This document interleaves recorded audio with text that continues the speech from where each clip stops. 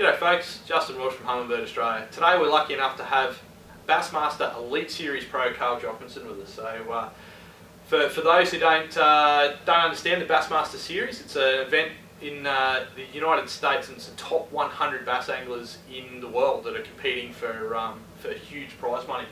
Carl's been lucky enough to spend the last 4 years in the States, and for those who don't know, Carl's the first Australian to be able to make the Bassmaster Elite Series, and from what I understand as well, the first person from a non-largemouth bass country to make the Bassmaster Elite. So firstly, congratulations Carl, it's a massive effort, and yeah, welcome. Yeah, thanks Justin, it was awesome. It was a long 4 years, but a lot of work, a lot of time in the water, but it was all worth it, and now exciting year ahead, 2015.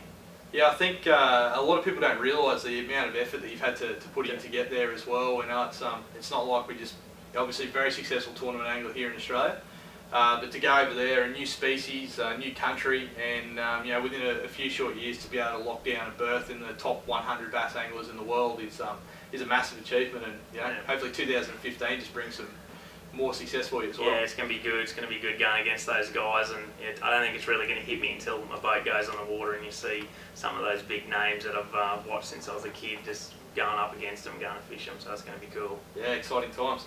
So, yeah, through 2014, the qualifying process in the Southern, Central and Northern Opens, obviously running around in your Skeeter there. Yeah. Give us a bit of a rundown on the gear that you were using, the Humminbird and Minn Kota products that you had on board.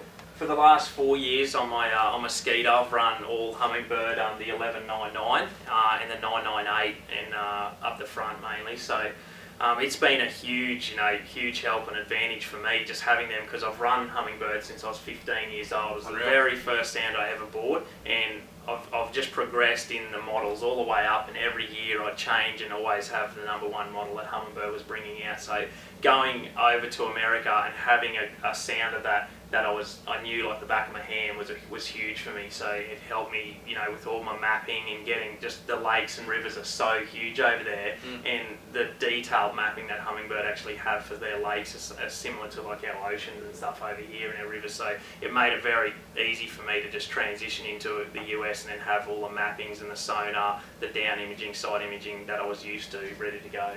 Fantastic. And was there any particular techniques that you really needed to incorporate your sounders and electronics with?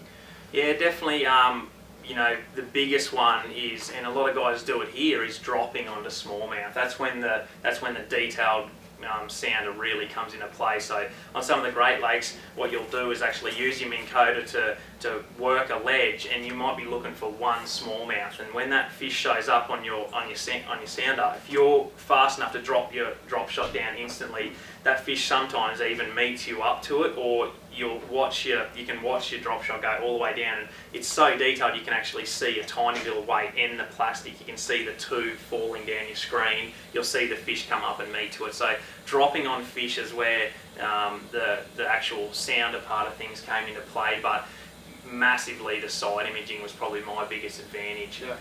One of my best finishes, one of the great finishes in 2013 was Ross Barnett, and I turned into a bay. It was only like 3 feet deep, and the end of the side imaging showed this one tiny little rock pile, and I caught every single one of my fish there over the whole tournament, and it was a spot that Tommy Bickle, a guy that's a local that lives and breathes that lake, he was trying to get to it, and I found it, you know, and I was on it every day, and he'd come in try and get there, and without the side imaging, the boat wouldn't even got up there. So little things like that, I've got the side imaging working all the time.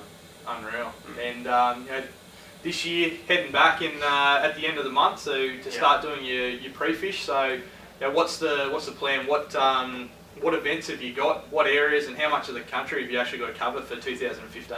So this is a big one. They've never actually gone to California for the last 6 years, so now they're going across there. We've got rivers, we've got lakes, clear water lakes like Havasu. I'm going to be up in New York, Detroit, the Great Lakes. It's a very versatile season, and that's going to be, you know, the Humminbirds are going to play a massive part in that. The cool thing about what I'm doing with the Minn Kotas this year, the guys have got a quick release bracket for me, so they've just released it there. So I'm going to actually have a long shaft Fortrix, the new 112, and then I'm going to have the short shaft. So when I'm fishing the rivers and I want to like skip cast and I want that motor put away, I can put the short shaft in and not, you know, bury in the mud, and then when I'm in the Great Lakes, those waves just get huge, and you need that longer shaft motor to be able to stay in the water when you're coming up and down over those waves and holding into it. So that's something I've never ever been able to do, and I've like wanted that bad. So running that there, and then yeah, I'm going to run the brand new Onyx 10 inches, which I'm excited about. Unreal. Yeah. Fantastic. And does 360 imaging play a part in what you sort of plan to do for 2015 as well? It does. I heard a lot of the elite guys ran them this year or last year, and I didn't get the chance to run them. And the few guys I've spoken to, a lot of guys are pretty quiet about it because they've realised that it is a huge advantage. And I've talked to guys like Brandon Palaniuk that have said they don't make a cast when they're looking at it. If there's not a fish there or rock pole, they know there's nothing there. It's that good. So yeah. I'm really excited. I'm running the 360 off the front. 10-inch Onyx at the front and 10-inch at the back, and it's going to be the greatest bass boat setup I've ever had for sure. Yeah, I think a few of the boys back here, Barrafish are going to be a bit jealous of that one. A few bass guys as well. It's going to be decked out to the max. Unbelievable. So yeah, thanks for coming in and spending a bit of time with us today, Carl. Running through the techniques and. Get on there, support Carl while he's over there. Jump on his website. He's going to be throwing up videos from time to time, and mate, we know you're going to cram it over there. So good luck for 2015. Appreciate it. Thanks, mate.